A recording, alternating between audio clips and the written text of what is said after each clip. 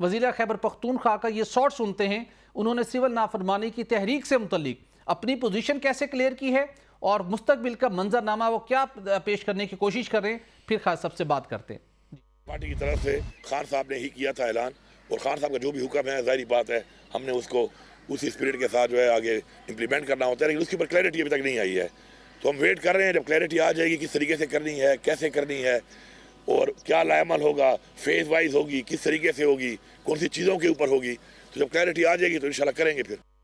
جب کلیئرٹی آ جائے گی تو پھر اس کے اوپر عمل کریں گے۔ خان صاحب، شیخ وقاص اکرم صاحب دیگر قیادت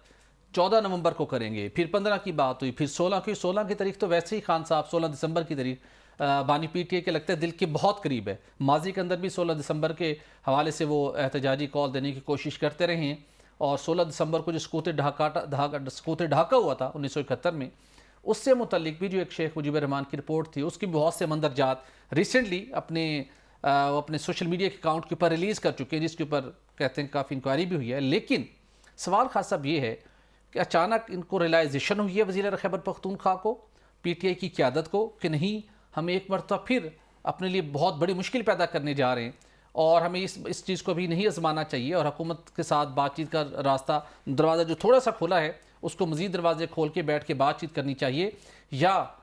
کہیں اور سے پیغام ہے کہ یہ سلسلہ تو آپ کا ناکام ہو جانا ہے، فی الوقت ویٹ کیجیے، اگر آپ نے یہ کام کیا تو پھر خیبر پختونخوا کی حکومت بھی جا سکتی ہے۔ کون سا ایسا فیکٹر ہے جس کی وجہ سے وقتی طور کے پر جو اچھا سٹیپ ہے انہوں نے اس تحریک کو مؤخر کر دیا؟ اچھا بٹی صاحب، آپ نے ابھی گفتگو سنی علی امین گنڈا پور صاحب کی، اس کو آپ اگر ٹرانسلیٹ کریں وہ کہنا کیا چاہ رہے ہیں؟ جی ٹھیک ہے، انہوں نے یہ جو سول نافرمانی کی تحریک کا خان صاحب نے اندیہ دیا تھا کہ ہم اس طرف بھی جا سکتے ہیں، پہلے فائنل کارڈ پھر فائنل کارڈ،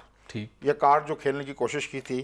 اس پر آج انہوں نے گفتگو کی ہے۔ انہوں نے جو تمام ذمہ داری کا جو ٹوکرا ہے وہ اٹھا کر بانی پی ٹی آئی کے سر پر رکھ دیا ہے، ان کی پارٹی کے سر پر نہیں، بانی پی ٹی آئی کے سر پر۔ انہوں نے کہا یہ انہوں نے کہا تھا، انہوں نے پارٹی کو بھی بچا لیا ہے، ایک سائڈ پہ کر دیا، اور خود بھی وہ ایک سائڈ پہ ہو گئے ہیں۔ انہوں نے یہ واضح کر دیا ہے پی ٹی آئی کے کارکنوں کو اس کال میں ابھی کوئی کلیئرٹی نہیں ہے۔ لیکن کال آگے لیڈ تو نہیں کو کرنا پڑے گا لیکن گنڈا پور صاحب کو خیبر پختونخوا سے ہی۔ اچھا جی، یہ تو دیکھنا پہلے بھی جس طرح انہوں نے تعاون کرتے ہیں، اچھے آدمی ہیں علی امین گنڈا پور صاحب، دیکھیں نا ہمیشہ انہوں نے اچھے بچے کی طرح بن کر کام کیا ہے، پارٹی کے لیے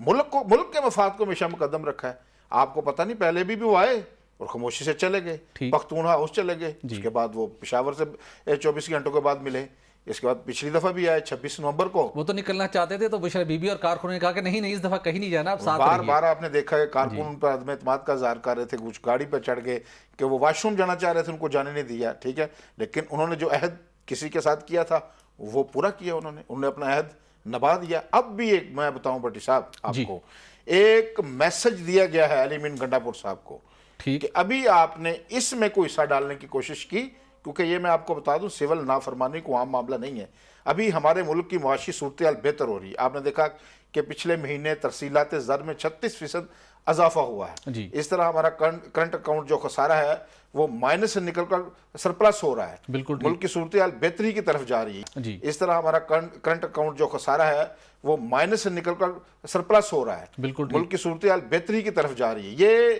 ریاست کو چیلنج کرنے والی بات ہے، لیکن پی ٹی آئی کی قیادت یہ نہیں مانتی، بانی پی ٹی آئی بھی یہ نہیں مانتے، اور وہ کہتے ہیں صورتحال بہت خراب ہے اور ہم آئیں گے تو صورتحال ٹھیک ہوگی ورنہ صورتحال ٹھیک نہیں ہو سکتی۔ بھٹی صاحب یہ تو ان کو کہنے کا حق اصل کیا کہیں، وہ صورتحال بہت اچھی ہے، وہ تسلیم کر لیں حکومت کی کارکردگی کو، انہوں نے جتنی بھی اچھی صورتحال ہو جائے، یہ تو اپوزیشن تو ہمیشہ ہی کہتی ہے کہ ہمارے کام نہیں ہوئے، ہمارا نظام نہیں چل رہا، حکومت بالکل فیل ہوگی، یہ تو ایک بیانیہ ہوتا ہے۔ اور جہاں تک آپ نے بات کی ہمیشہ جو 16 دسمبر کے حوالے سے جس دن افسوسناک ایک واقعہ پیش آیا جسے ہم سکوت ڈھاکہ کے نام سے یاد کرتے ہیں، یہ بار بار اس کی طرف کہ اگر یہ نہ ہوا تو ملک 2 لاکھ، اس دن ملک بیسیکلی 2 لاکھ ہوا تھا، آپ نے دیکھا وہ اتنا لمبا چوڑا ٹویٹ کیا تھا خان صاحب نے، وہ ایسے مندرجات بھی انہوں نے بیان کیے جو اس سے پہلے کبھی کسی نے نہیں دیکھے تھے۔ ابھی انہوں نے ریسنٹلی اس سے ذرا تھوڑا سا کنارہ کیا ہے، جب شیخ مجیب الرحمان کے مجسمے توڑے گئے، ان کی جو